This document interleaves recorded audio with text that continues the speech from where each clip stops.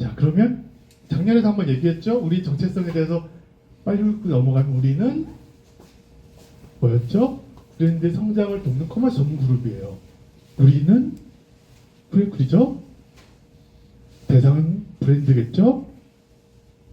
우리는 커머스를 주요 영역으로 해서 커머스를 전문으로 해서 다양한 일을 하는, 그리고 우리의 존재 가치를 이 커머스를 전문으로 해서 이 브랜드 고객사의 성장을 돕는데 이바지할 수 있어야 우리는 존재 가치가 있는 거예요. 그래서 이게 우리의 어떤 아이덴티티다. 요거를 머릿속에 항상 넣고 있어야 돼요. 그리고 계속 싸울 것이다. 여전히 싸우고 있죠. 내부 관리 시스템을 개발할 것이고 전 부서 영업, 디자인, 운영, 개발, 물류 계속 싸울 것이다. 싸우고 있죠. 물류도 계속 싸우고 있고 운영 쪽도 싸우다가 다 없어져 버렸어요. 어쨌거나 지금 이제 다시 이제 한데 어쨌거나 다시 리셋이 돼 버렸어요. 어쨌거나 자 그렇고 계속 지금 전 부서 다 이제 비효율과 싸우고 있다는 거. 현재 끝나지 않은 전쟁이에요. 일단은 올해죠. 올해 실적을 한번 보고 가죠. 우리는 4개의 법인, 프랭클 안에 2개의 지점이 있죠.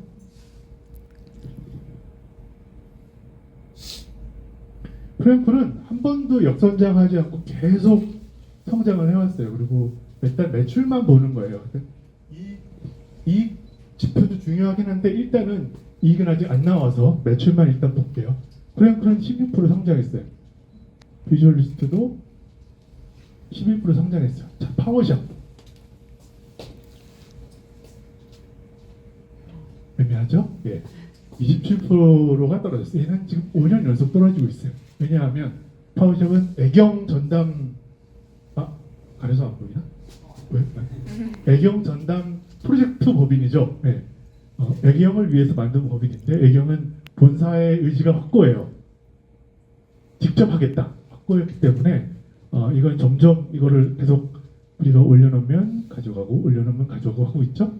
그래서 이거는 지금 계속 확고하기 때문에 지금 처음으로 100원 밑으로 내려갔어요. 애경 브랜드는. 그리고 온라인 진흥원도 이제 새로 시작했기 때문에 그렇고. 그래서 전체적으로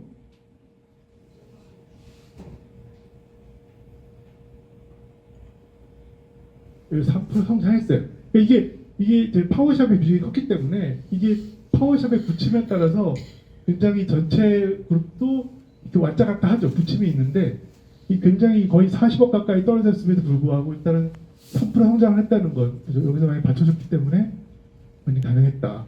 일단은 성장은 했다. 이런 거를 좀 보고 가면 될 것 같고요. 자, 진짜 2024년도는 진짜 이커머스 업계한테는 굉장히 혹독했죠. 자, 이거 봅시다. 이게 1월달부터 보자면 이게 이커머스가 우리나라에 출범한 이후로 정말 최초였어요. 한 달치 성장이라고?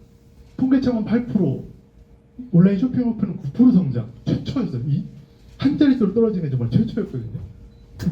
한 자릿수 성장을 해서 정말 어깨가 충격을 먹었죠. 와, 드디어 한 자릿수 성장이라니.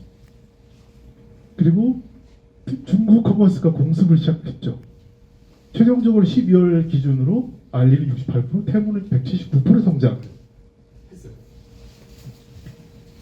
3월에는 이 분위기가 안 좋으니까 컬리랑 오아시스가 상장 안 해, 연기할래. 지금 완전히 이제 요원해졌죠. 지금 반의 반값 세일하고 있어요. 지금 기업 가치가. 7월에는 우리가 모두가 아는 피부피 비정산 사태. 이거는 사실 예견된 일이었고 터질 폭탄이었는데 언제 터지느냐가 사실 더 무서운 거였어요. 터진 게 무서운 게 아니라 언제 터지느냐가 더 무서운 거였어요. 왜냐? 알겠지만 작년 말 기준 팀원 UF가 판매자들한테 정산할 돈이 1,000억인데 얘네들이 갖고 있는 돈이 70억밖에 없었어요. 현금은 70억밖에 없는데 정산할 돈이 1,000억이야.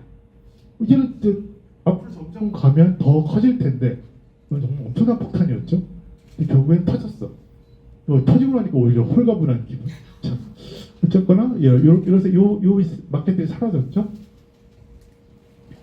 8월에는 이제 터질 것이 터지고 나니까 굉장히 이커머스가 위축이 됐고 이 몰드 다 문을 닫았어요. 바보사랑 1300개 운영 최초의 어떤 디자인 쇼핑몰. 그것들 참 역사가 전통 오래 있던 쇼핑몰인데 다 사라졌죠. 이 외에도 한 3개 정도의 몰이 사라졌어요. 9월에는 이제 분위기 이상하다 해서 롯데 다 이렇게 다 이사 가거나 희망퇴직을 다 받았죠. 그리고 12월에 이거는 이커머스 이슈냐? 이거 이커머스 이슈예요. 이거 설명해 줄게요. 이커머스 이슈예요.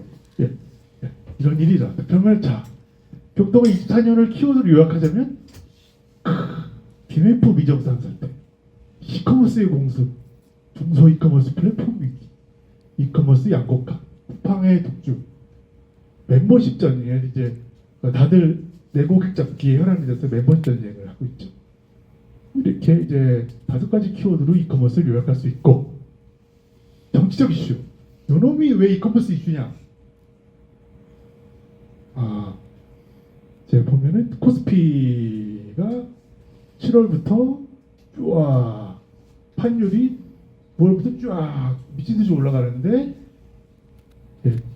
요때 딱 탄핵이 아니라 개혁 딱 쏘고 나서 쫙 쏘면서 아주 그냥 꺼져가는 불씨에 그냥 물 붓기 딱 시전하고 여기는 뭐 기름 붓기 시전했죠. 그래서 이제 왜 이커머스 이슈냐? 모든 사업과 투자는 저도 마찬가지고 모든 사업은 불확실성과의 전쟁이에요. 불확실성이 딱 끼어들면 다 스톱. 투자도 스톱. 부동산도 마찬가지예요. 지금 매물 다 들어갔어요. 부동산도 마찬가지고 모든 투자, 모든 사업은 불확실성이 개입되면 다 위축이 되고 다 스톱이에요. 그러니까 뭐 4시간 만에 2시간 4시간이었나? 6시간. 국회에서 뭐 이렇게 탄핵 무효시키고 뭐 이렇게 며칠 만에 2주 만에 이렇게 탄핵 소추해서 와 이제 끝났어. 이제 우리 일상으로 돌아가자가 아니에요.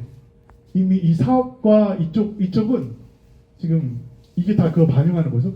기울기가 더 높아지잖아요. 불확실성이 딱 개입된 거예요. 그러면은 이 사업은 극도 안개 속으로 들어가는 거예요. 그래서 이커머스도 마찬가지죠. 이커머스도 더 안개 속으로 들어가 버린 거예요. 그래서 영향이 있다. 다른 사업보다도 마찬가지죠. 이런 일이 있었죠. 자, 그러면 우리는 이런 불확실성 속에서 이대로 계속 가야 하는가? 이제 계속 가고 있죠. 2012년부터 가고 있어요. 자, 이번 정책 2020. 자, 우리는 여기서 우린 이대로 계속 가면 될 줄 알았죠, 그죠? 2021년도에 우리가 이런 브랜드 커머스 사업을 시작했어요. 피존을 시작으로. 이렇게 브랜드 계속 늘려가면 되겠네. 이대로 계속 하면 되겠네. 그런데 불확실성도 커지고 이커머스 환경이 계속 바뀌어 버렸어요. 자, 계속 가야 되느냐? 제 생각은 갈아타야 된다. 이제 갈아탈 때가 됐다. 그렇다고 뭐 이렇게 확 갈아탄다 그런 건 아니고요. 갈아탄다. 어떻게 갈아타는 거야? 우리가 이제 사업은 계속 회사는 계속 성장해야 되니까 우리 영토를 넓히는 법은 2가지가 있죠. 타야겠죠. 신대륙을 개척하는 방법이 있고요. 차부작 국경을 넓혀가는 방법이 있습니다. 신대륙을 개척하는 방법은 미지의 세계로 떠나는 거죠. 그런데 막 배를 타고 물자를 싣고 사람 뽑고 막 가는데 가서 막 인디언이랑 싸우고 원주민이랑 싸우고 했는데 별게 없을 수도 있죠. 별게 없을 수도 있고 잡혀먹힐 수도 있고 뭐 이렇게 굉장히 많은 리스크가 존재할 수도 있어요. 그리고 굉장히 힘들 수도 있고 오래 걸릴 수도 있고 하지만 가능성은 정말 무궁무진하죠. 그래서 사실은 원래 우리가 가야 할 방향은 이게 맞아요. 길게 걸리든 짧게 걸리든 돈이 얼마가 들든 사실 방향성은 무조건 이게 맞죠.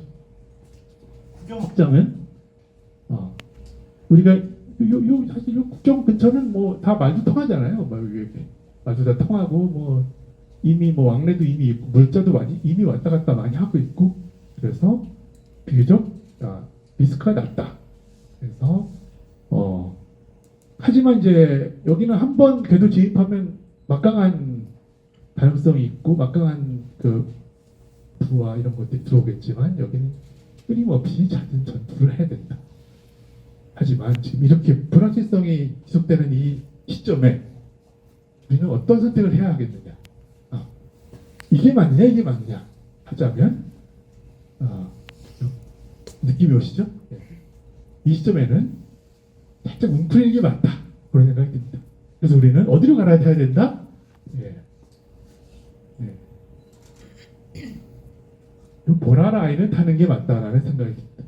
그래서 작년까지만 해도 올해는 경기가 좀 괜찮지 않을까, 좀 하반기 되면 괜찮지 않을까 생각이 들어서 적극적으로 뭔가 해외 플랫폼도 개발하고 PB 상품도 적극적으로 개발해서 나가자 했는데 물론 이 방향성 맞아요. 물론 이쪽은 무조건 가야 해요. 하지만 당장은 우리 위탁 운영 쪽도 좀 많이 확대하고 우리가 잘 아는 쪽 경쟁사이더라도 경쟁사의 브랜드든 인재든 경쟁사 자체든 적극적으로 포섭하고 해서 아는 영역 위주로 이쪽 선으로 좀 갈아타다가 나중에 이쪽 선으로 갈아타는 방향으로 일단은 가야 되지 않나 라는 생각을 합니다. 그래서 지금 일단은 워낙 안개 속이라서 이 방향으로 가자. 방향성은 일단 이었습니다. 이해하시겠죠? 네, 이렇게 가는 걸로 내년 방향성을 일단 잡고자 합니다. 자, 그래서 이게 보시면 뭐 밖으로는 TMF가 있었고 안으로는 막 부서가 날아가고 이러니까 굉장히 뭐가 힘든 일이 힘들었겠구나. 대표도 그렇고 밖으로는 굉장히 힘든 일이 큰 일이 있었고 안으로는 뭔가 굉장히 오래 근무했던 직원도 이렇게 나가게 됐고 그래서 뭐 되게 힘든 위기를 겪었구나라고 생각을 하겠지만 사실은 많은 불확실성이 제거가 된 거예요. 아까도 얘기했지만 불확실성은 사업을 하는 데 있어서 가장 큰 리스크예요. 리스크는 보이지 않는 거고 보이지 않는 위험. 우리 스타워즈 제목처럼 보이지 않는 위험이 가장 큰 무서움이거든요. 그게 일단 제거된 상황이기 때문에 지금 너무 명확하고 맑아서 아까 잠깐 봤겠지만 우리는 지금 역대 최강의 정말 너무 명확하고 맑아서 지금 걱정할 게 없어요. 지금 되게 걱정할 게 없어요. 할 일이 너무 명확하고 또 이제 우리 20년 경력에 또 팀장도 들어와서 많은 서포트를 해줄 거기 때문에 좀 되게 나도 일을 또 많이 놓게 됐고 그래서 내년은 굉장히 기대가 크고 정말 어느 때보다도 할 일이 많다고 느끼고 정복할 영역도 많을 것 같고 자신감이 많아요. 왜냐하면 자신감 없어질 회사들이 많아 보이거든요. 그래서 우리가 할 일이 굉장히 많다. 내년은 굉장히 생각보다 우리는 밝을 것 같다는 생각이 듭니다. 일단은 내용은 많았지만 역시나 시간상 많이 축약을 했고요. 언제나 그렇듯이 안 돼요. 누르면 안 돼요. 누르면 안 돼요.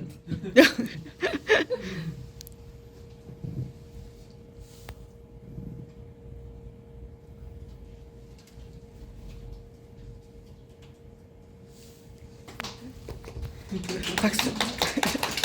진짜 잘. 수고 많으셨고요. 진짜 잘갑니다. 오늘 빠진 사람 없죠? 수고 많으셨습니다. 식사하러 가시죠. 수고하셨습니다.